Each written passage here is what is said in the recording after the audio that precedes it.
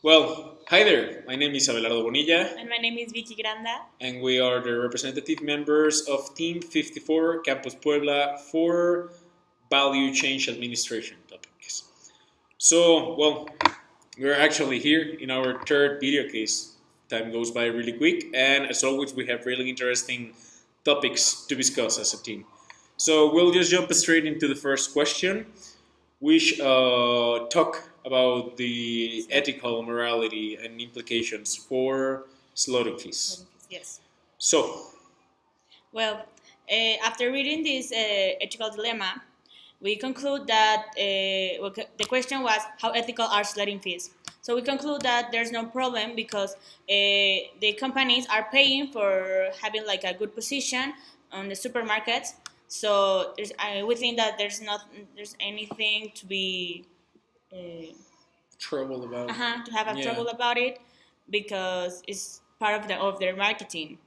Yeah, actually, the fact is like this. Uh, you have a product and you want it to arrive to your customer, but if you don't own the verticality of your supply chain, if you don't actually own the place that is going to distribute your product, well, of course you are in need of paying someone for doing this. And of course, if you want a special place in the supermarket, you also need to pay for it.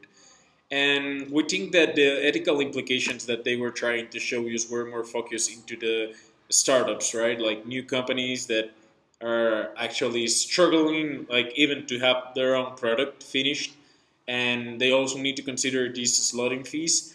And yeah, even though it's not really nice, we actually think that a supermarket is definitely not a place for a startup. Startups have the internet, they have special shops, they have small communities, and it's definitely not a place for starting. So we think there's no ethical problem at all with it. Mhm. Okay, so the next problem was to watch a video case that talk about the laying out of Arnold Palmer Hospital's new facilities. And the first question was identify the many variables that a hospital needs to consider in layout design.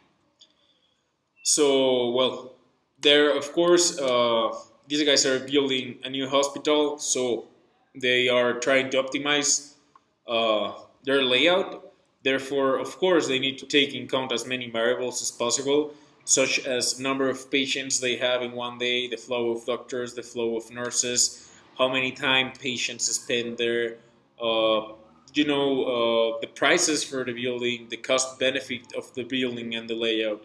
You're not going to spend a lot of money if the process are actually not going to be helped a lot. Mm-hmm.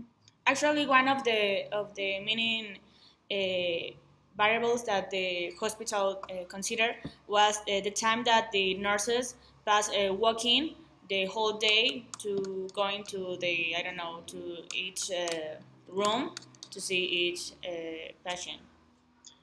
Yeah, and well, therefore, we'll go just straight to the next question, which states what's actually the benefit of these circular pots compared to the linear ones that many hospitals have.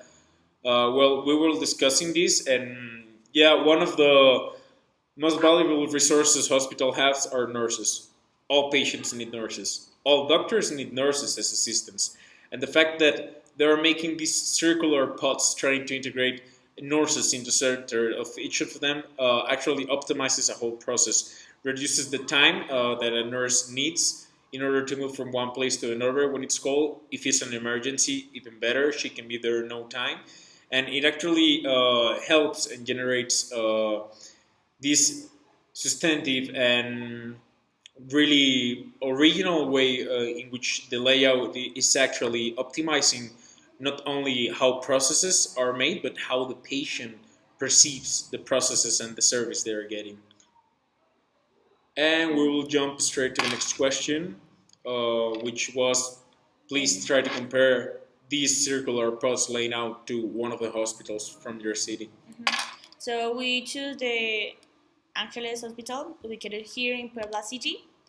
Well, this is a normal hospital. They have like a linear layout, and yeah, we think that it's better the other one that has the hospital Arnold Palmer's because it's circular and the meaning person that is the nurse are in the middle of this circle.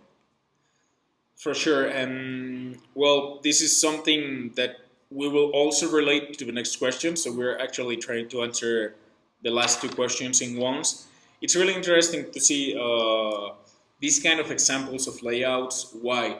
Because most of the time we're focused that innovation can only be applied into a final product or into a final service or to the process itself for getting into these two.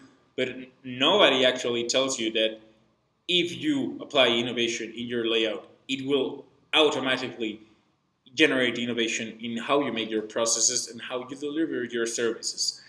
So it's really interesting that we are able to see this kind of cases and layouts, especially because we can compare it to what we used to these lineals hospitals that are not exactly really good at service in quality time speaking. For example, Hospital Puebla will actually take more than 10 minutes for receiving you in urgencies if it's a Friday or a Saturday of how much demand there is. And for sure, we can tell that this won't happen with a circular layer approach because there will always be people where needed and really close from it. So this is all. Thanks for being with us in this video case, and we'll see each other soon, hopefully. Goodbye.